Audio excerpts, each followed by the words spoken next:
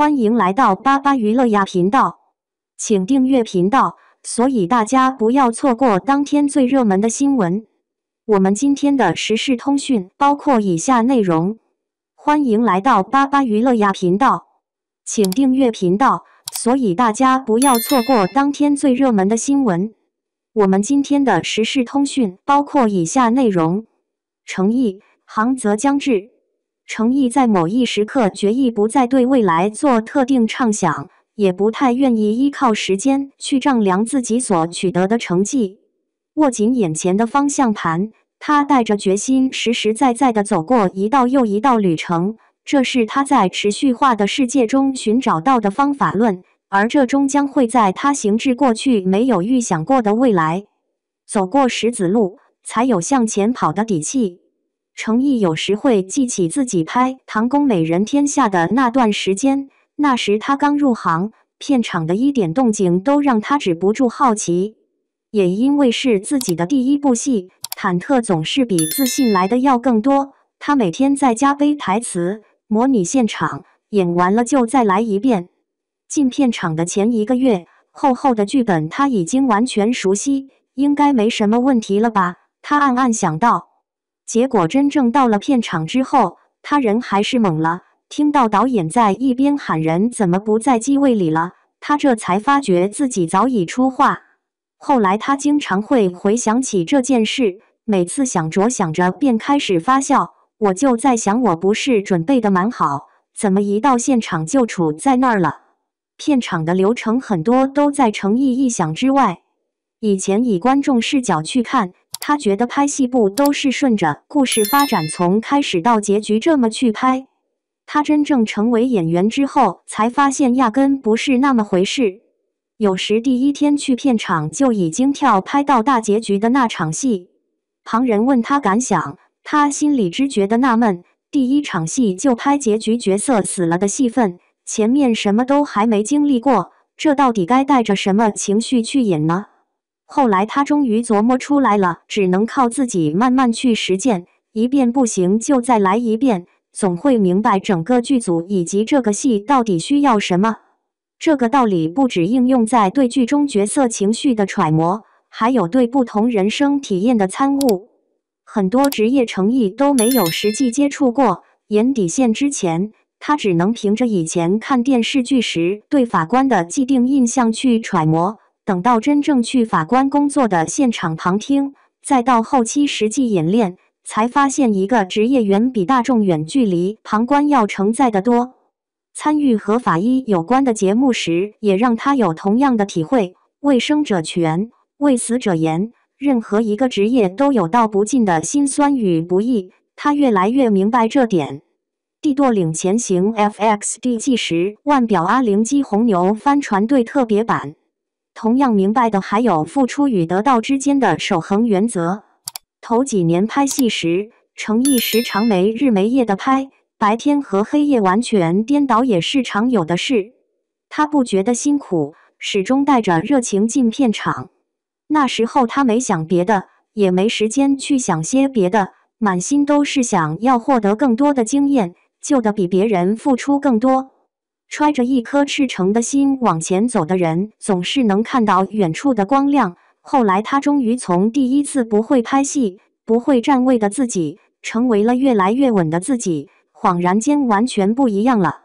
在接连饰演了几个剧的男1号之后，诚意反倒把心悬得更高，他觉得自己还需要更努力学习，才能跟上事业的发展。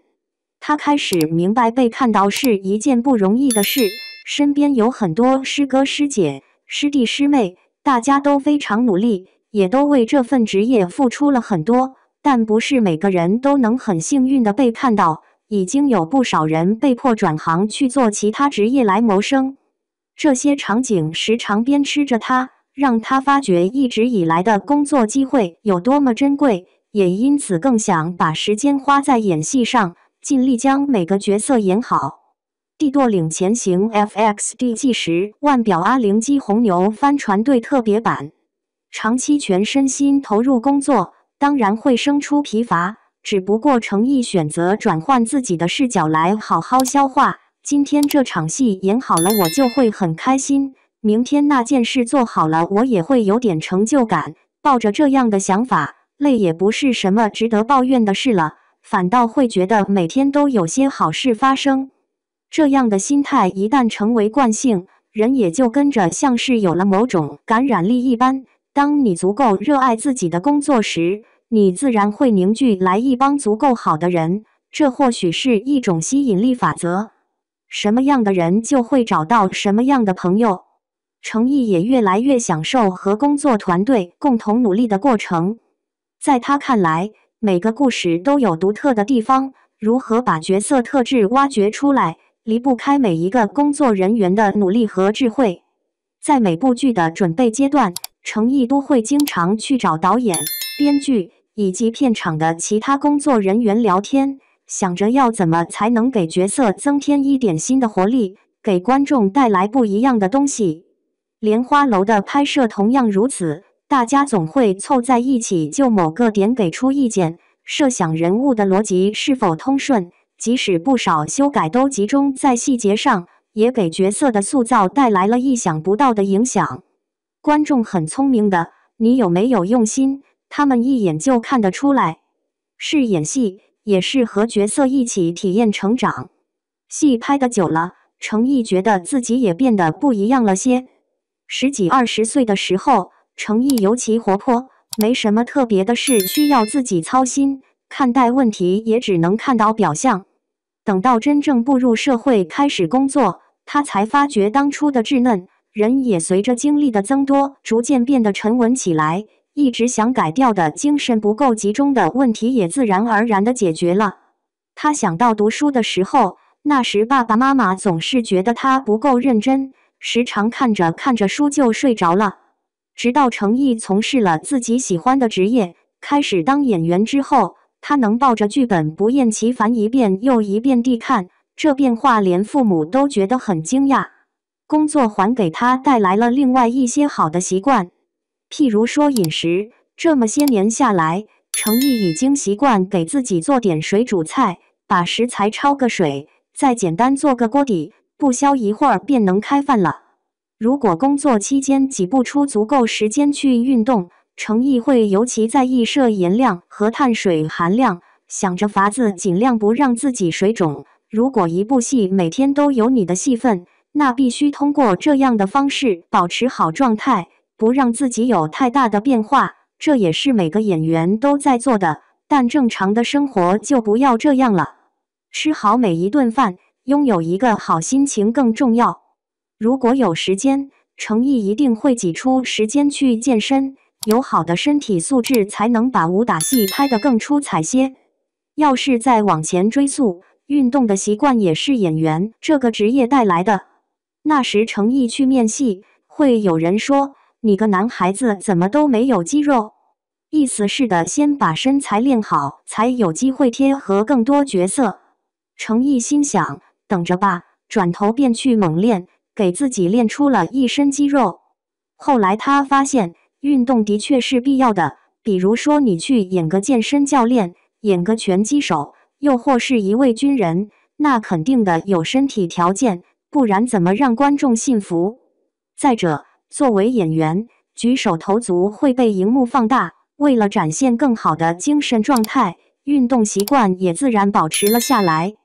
自身运动是一方面，程毅也会在休息的时候观看体育赛事，尤其关注田径、乒乓球、游泳等竞赛项目。在他同体育竞赛相关的记忆里，印象最为深刻的还属2008年的北京奥运会，和北京欢迎你、福娃这些标志一同让他记住的，还有那个奥运健儿们为了目标不断拼搏的热情夏天。对于今年即将开幕的巴黎奥运会，程毅说，在工作之余，他还是要关注一下具体赛事，如果能去到现场观看1-2场比赛就更好了，但大概工作是不允许的。远方的程宇心中的家，程毅因为工作去过几次巴黎，但都没有机会好好游览一番。因为工作前往某个地点和旅行带来的感受总是不一样的，坐飞机到了之后，晚上便开始试妆，第二天要工作，还要拍摄物料，接着便是匆匆返程。程毅觉得自己对这座城市还是并着一股陌生，以后空闲一点的话，他想要有一天悠闲的找个角落坐下，不用管其他任何事，只是好好的享受发呆。也想要骑辆单车，或是慢悠悠的随意走走，不奔往特定的目的地，遇到感兴趣的地方就停下来坐坐，用眼睛好好记住这座城市。而更多的时候，他依旧是绕着工作转的程毅，每天赶行程，回家吃饭、洗澡、看剧本、睡觉，像打卡一般度过了一天又一天。有时在某个空闲的下午，他会给自己泡一杯茶，那是他大概20岁时养成的习惯。看到前辈总是在喝，他便学了过来。每次泡茶只根据自己的心情，随便什么茶都行，他不挑种类，只是图个放松。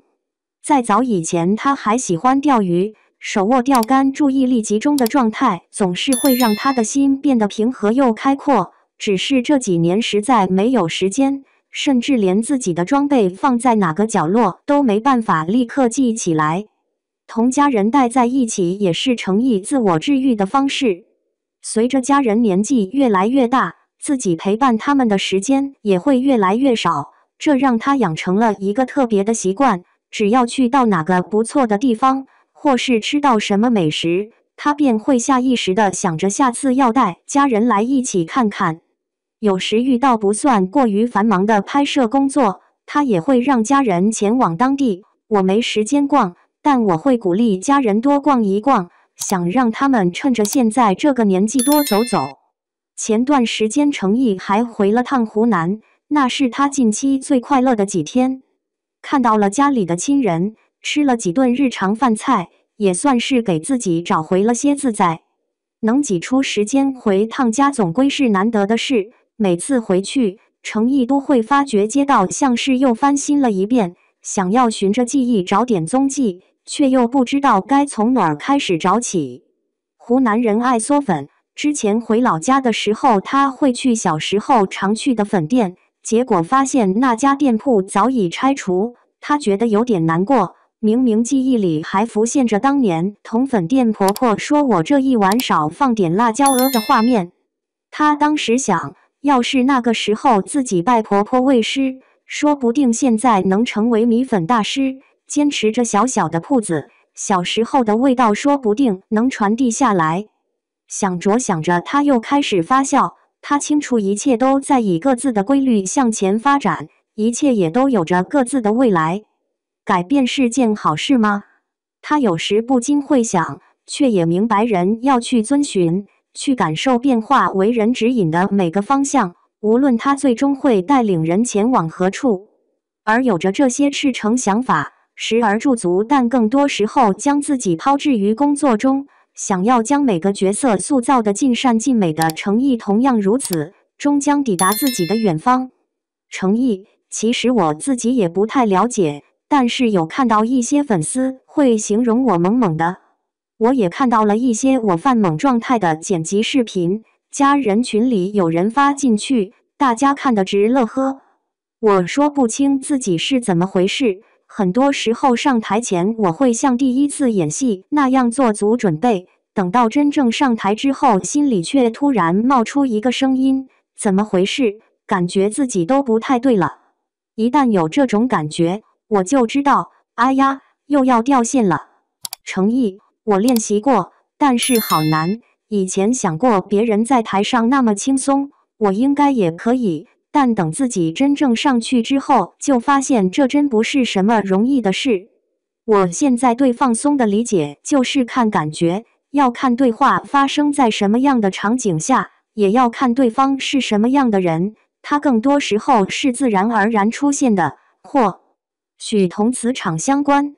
程毅，演戏，有时候我会想着下一年一定要减少接剧本的量，给自己多点时间休息，多点时间好好想想。但事实上是不行的，没有什么会在原地等你，一旦停下来，人的状态也会发生改变。很多时候我都觉得观众像是一面镜子，他们透过自身的视角去观看角色，往往会产生更多深刻的解读。包括我看到剧评，也会从他们的理解中学到很多。就这个层面来说，他们也是我在工作中的老师。诚意，我觉得每一段经历，无论好坏都很重要，他们有各自的意义。在我的童年阶段，我觉得自己是在一个非常温暖的家庭里成长起来的，爷爷奶奶、爸爸妈妈都很疼我，他们会极尽一切想要给我和妹妹最好的，而且那时有很多时间同家人相伴。那段记忆充满爱，那是我一想起来就觉得很幸福的童年。诚意，我们在这个地球中是非常渺小的存在，它不会因为你的选择、你的变化而产生任何的波动。也是因为这样，我现在不想再想那么多了，每天把自己手头的工作做好就行。即使设想再多，真的到了那时候也不一定就如你设想的那样发展，所以不如还是顾好自己的每一天，每个当下的时刻。